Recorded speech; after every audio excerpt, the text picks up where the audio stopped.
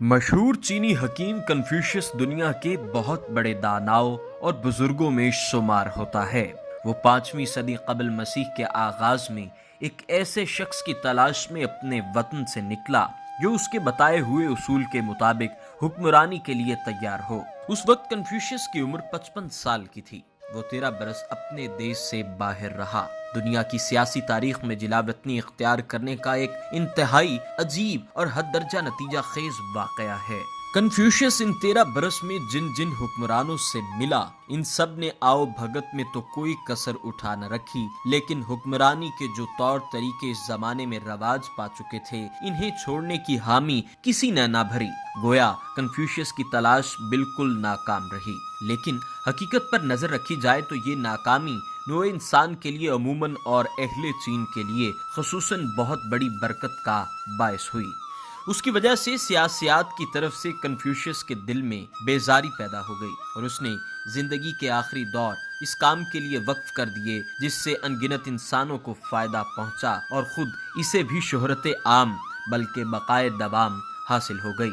Confucius کے والدین اتنے غریب تھے کہ اس کے لیے تعلیم کا کوئی انتظام نہ کر سکتے تھے، مگر اس کا شوق علم ہر مشکل سے عہدہ بر ہوتا رہا۔ 22 سال کی عمر تک وہ اس قابل ہو چکا تھا کہ ایک درسگاہ جاری کرے جس کی طرف قوم کے ممتاز نوجوان کھینچے چلے آتے تھے۔ عمر کی پختگی کے ساتھ اس کے سیاسی نظریات بھی نشوونما پا رہے تھے۔ آخر اس نے معلوم کر لیا کہ حکمرانی کے اختیارات کیوں کر استعمال کرنے چاہیے اور عوام کے ساتھ تعاون کے صحیح طریقے کیا ہیں۔ اس کی عمر 52 سال کی تھی جب اسے چنگٹو کا صدر عدالت بنایا گیا۔ کنفیوشس کے لیے اپنے اصول کے عملی تجربے کا یہ نہایت اچھا موقع تھا، چنانچہ نتیجہ حیرت انگیز نکلا۔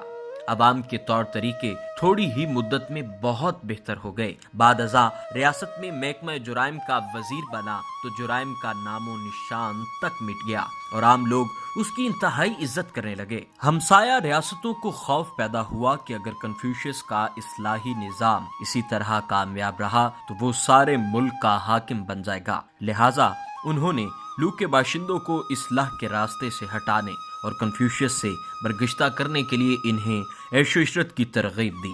یہ کوششیں برابر ہوئیں، لوگ اپنے مایہ ناز حکیم اور اس کی تعلیمات سے غفلت برتنے لگے۔ تب کنفیوشس نے دیس کو چھوڑ کر جلاوطنی اختیار کی۔ 13 سال باہر گزار کر لوٹا تو اس کی خدمت میں بڑے بڑے عہدے پیش کیے گئے، لیکن اس نے ہر پیشکش ٹھکرا دی اور الگ تھلگ بیٹھ کر تعلیم دینے یا کتابیں لکھنے میں مصروف ہو گیا۔ ریاست لو ان برکتوں سے محروم ہو گئی جو کنفیوشس کی حکمرانی میں اسے حاصل تھیں، لیکن اس نقصان کے بدلے میں چین ہی کو نہیں بلکہ ساری دنیا کو فلسفہ و حکمت اور تاریخ و ادب کی بیش بہا دولت مل گئی۔ چین میں 1500 سال پیشتر سے جو کچھ لکھا گیا اور ہوتا رہا، کنفیوشس نے اسے مرتب کر دیا۔ اگر یہ کام انجام نہ پاتا تو دنیا ان حالات سے بالکل بے خبر رہتی۔ کنفیوشس نے آسمانی الہام کا دعویٰ کبھی نہیں کیا۔ وہ افراد اور قوم کو اچھے اخلاق سکھاتا تھا۔ اس کی حکیمانہ باتیں کروڑوں چینیوں کی نوک زبان ہیں اور انہیں چین کی بہت قیمتی علمی میراث سمجھا جاتا ہے۔